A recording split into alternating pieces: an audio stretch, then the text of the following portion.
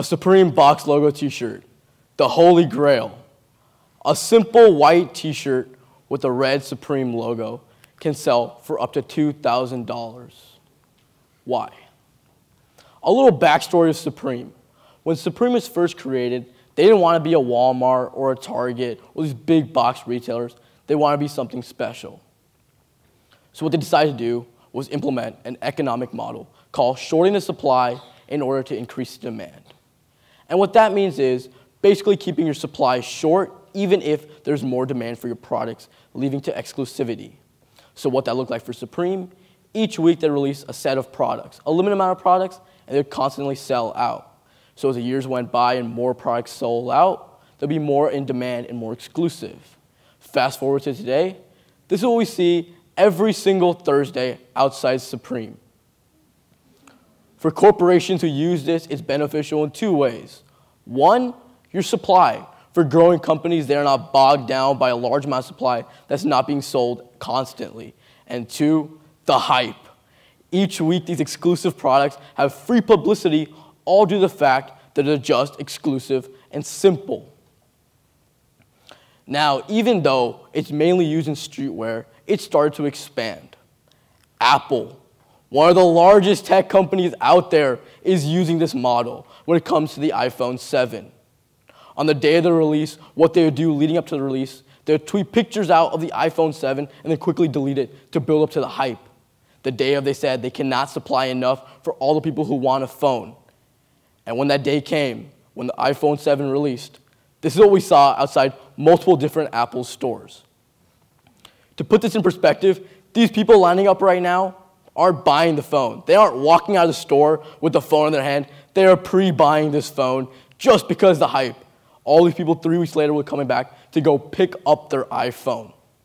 Now the tech industry has been taken by this model, streetwear, and even the food industry. McDonald's, one of the largest franchises in the world, released the Szechuan sauce. The Szechuan sauce was an idea on a TV show, and McDonald's decided to make it a reality. McDonald's, being a large franchise, rather than putting it in every single store, they said they're only releasing in 5 different states, and within those states, only very few stores. So obviously, everyone wanted to try this. So the day of the release came, and within 30 minutes, it sold out. And 30 minutes after that, this is what happened. $5,000 for a free packet of sauce on eBay. This economic model creates something that nobody could ever predict, a larger market called the resellers. Now, what is a reseller? A reseller is someone who understands what the market they are playing in and how to take advantage of that market, analyzing items that are more valuable on the aftermarket price and being able to make a profit off that. For me, when I got into reselling, it was all about Kanye West and Yeezys. What Yeezys were a pair of shoes that would retail for about $220 and would often sell for up to $1,000. So if you get your hands on these very exclusive shoes, it automatically meant a profit. But the thing were, these shoes were very limited and hard to get your hands on. So for the first time when I bought my first pair of Yeezys, it was easy flip, easy money. But as more pairs started releasing, you can see that some shoes were more valuable while some shoes had more products released, causing them to be less valuable. So that's where the skill of a reseller comes in. For Yeezys, you have to analyze 3 different parts of when choosing to buy a shoe. 1, you need to understand what the market feels about this shoe. Do they love the shoe? Do they hate the shoe? Will they die for this shoe? Do people really want this shoe? 2, you need to understand how many of these shoes have been created. As you can see, some are much less than others, and the less shoes equals more profit, more exclusivity. And finally, by far the most important part, how much money am I going to make off these shoes? I started buying a pair of Yeezys and reselling, and it was really good for me.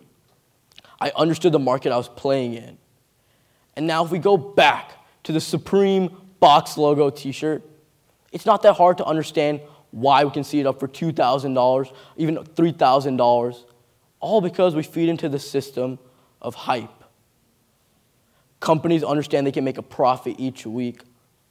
But why do people like me and other people line up for these products day in and day out? hoping to get their hands on a Yeezy, Supreme, any of these limited products, all for one thing: money. The fact of the matter is that money is what runs our economy. And today we're talking about the market of hype, and wherever hype goes, that's where the money follows. And the thing is, we may think about it like not everyone's audience wants a $1,500 t-shirt or a pair of shoes for $1,000. But the fact of the matter is, this economic system is spreading to technology and even food now. And what we need to understand from this is that we are playing an unfair system where we have to fight to get our hands on these exclusive items. But there's a way to take advantage of this market, which I understood a while ago. We can use the hype these products have for our own benefit. If we can understand that people want these products, that's how we can make money off these products.